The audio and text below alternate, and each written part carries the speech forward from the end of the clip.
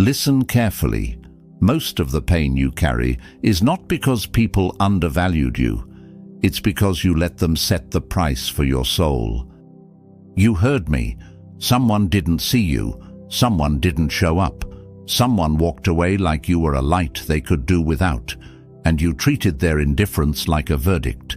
You sat in the courtroom of your own mind and accepted the sentence, worthless, forgotten, replaceable.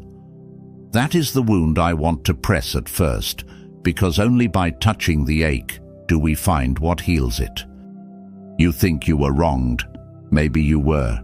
The world is full of sloppy, selfish people who trip over kindness and spit on decency. But the real damage is not their failure. It is your response. You folded yourself into the shape they gave you, trying to be smaller, softer, more convenient. You apologized for existing loud. You rearranged your life around someone else's quiet. You let a stranger's neglect become the map of your worth. This is the thing to stop. Look at the men and women who endured worse and remained whole. Marcus Aurelius did not build a throne of compliments. He built a citadel in himself. Seneca did not measure his value by applause. He measured it by the steadiness of his actions. Epictetus taught that the only things truly yours are your judgments and your choices, not their gestures, not their pity, not their leaving.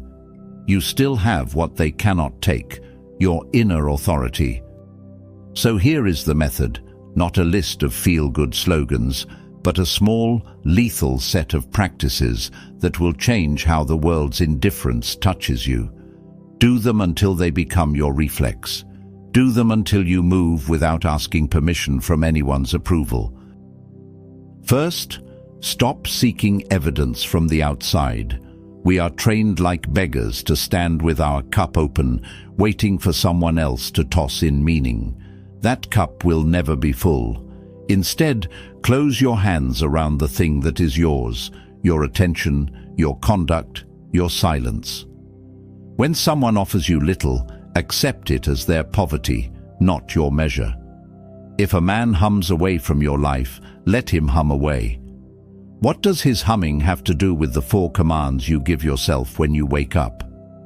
Second, protect your time like it's a temple. Time is the only real currency. If a person treats your hours like disposable goods, treat them the same way you would treat a thief. You lock the doors and you do not invite them back. Set boundaries that don't require explanations. You owe no justification for your peace. If she values scrolling more than presence, you step back. If he values drama more than depth, you walk away.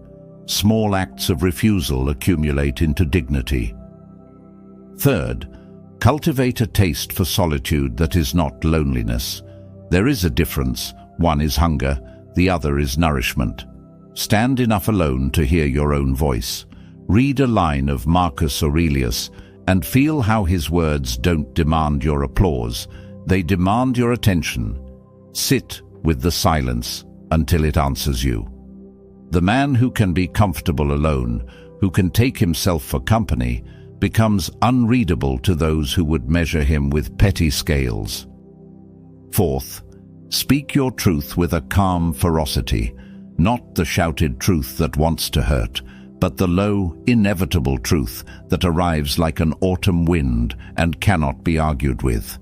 When you say, "I will not be treated this way," say it as if it is already done. People respond to certainty. The weak ask, the strong assert.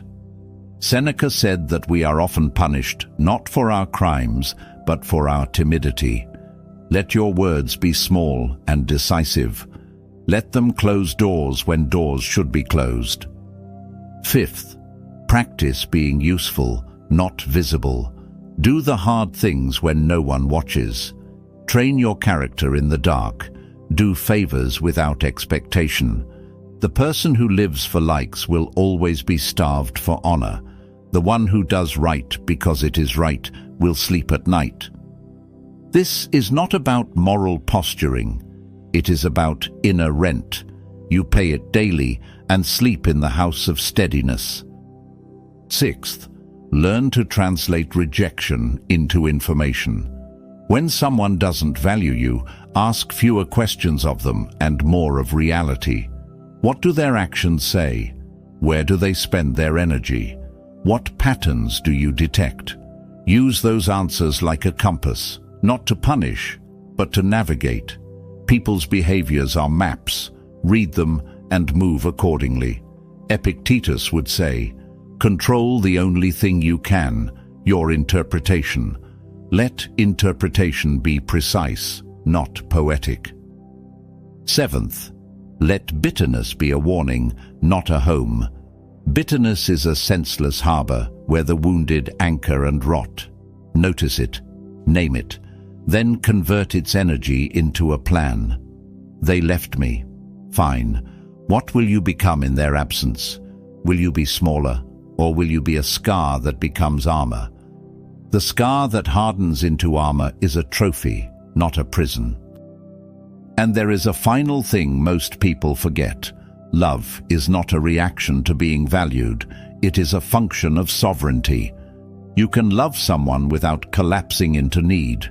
You can open your hands and let love flow without trembling that it will not return.